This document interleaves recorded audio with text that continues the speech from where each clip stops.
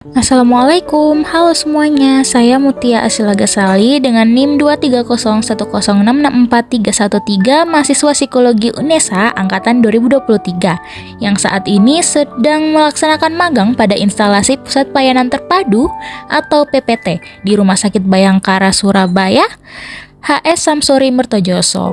PPT pada rumah sakit ini fokus pada kasus kekerasan anak dan perempuan seperti KDRT, aniaya, dan pelecehan seksual. Oh ya, satu lagi.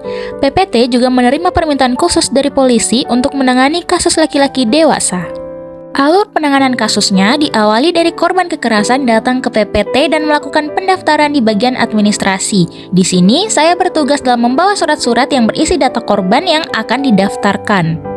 Setelah itu, korban akan memulai sesi konseling dengan masuk ke ruangan konseling. Di ruangan ini, korban tidak hanya ditanya terkait identitas korban dan pelakunya, tapi juga kronologi kejadian dan info lain yang masih berkaitan dengan kasus. Nah, semisal korban belum melakukan visum, maka setelah sesi konseling berakhir, saya akan mendampingi korban untuk melakukan visum di IGD atau di ruang perawatan. Kalau ini merupakan hasil dari catatan saya selama konseling dengan korban. Tenang, emang masih berantakan karena hanya sebagai pedoman untuk nanti ditulis menjadi kronologi secara runtut.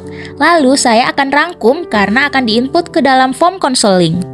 Selama magang, saya tidak hanya fokus pada konseling kronologi kejadian, tetapi juga melakukan pemeriksaan psikologi yang mana itu dibagi menjadi dua, yaitu interview dan observasi dengan psikolog forensik, dan yang kedua adalah proses psikotes. Untuk pemeriksaan psikologi proses pertama, korban akan diberikan pertanyaan akan hubungan dengan orang yang terkait dalam kasus, perasaan korban, dan di akhir psikolog akan memberikan masukan kepada korban. Pada proses kedua, psikotes berguna untuk melakukan tes pada korban dengan alat tes psikologi. Alat yang digunakan juga beragam, mulai dari Raven SPM untuk dewasa, CPM untuk anak-anak, HSCL25, HTQR, tes grafis, dan lain-lain. Tentunya selama saya magang ada beberapa tantangan yang dihadapi, apalagi kalau lagi tes anak-anak kayak di video ini nih. Umurnya baru 4 tahun, dan tes yang saya kasih adalah tes gestalt dan grafis.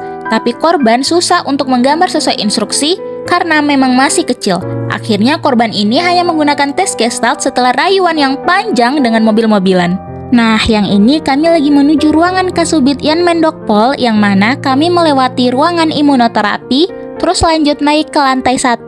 Fungsi ruangan Kasubit Yan Mendokpol bagi instalasi PPT adalah sebagai penerima berkas hasil konseling maupun pemeriksaan psikologi. Setelah sampai di ruangan Kasubit di lantai 1, kami mengambil surat hasil visum dan hasil psikologi yang telah ditandatangani oleh Kasubit Yan Mendokpolnya. Lalu berkas yang sudah ditandatangani tadi dibawa menuju ke ruangan pengambilan visum. Nah, sebelum ke ruangan ini harus ngelewatin medical check up terlebih dahulu. Di ruangan ini, kami mencatat penomoran dari berkas-berkas yang tadi sudah ditandatangani. Mekanismenya adalah data pada masing-masing berkas ditulis terlebih dahulu untuk mendapat urutan penomoran. Ketika sudah mendapat urutan, maka nomor tadi akan ditulis pada berkas hasil visum dan hasil psikologi. Oh iya, masih ingat gak sama musibah di bulan Oktober yang Pondok Pesantren Al-Qasini di Sidoarjo runtuh? Nah, di sini saya dan juga teman magang lain ikut terjun bersama instalasi PPT untuk memberikan psychological first aid atau yang disingkat dengan PFA kepada orang tua dan keluarga almarhum para santri. Kesempatan terjun ke lapangan ini dikarenakan Rumah Sakit Bayangkara menjadi tempat untuk otopsi para korban jiwa.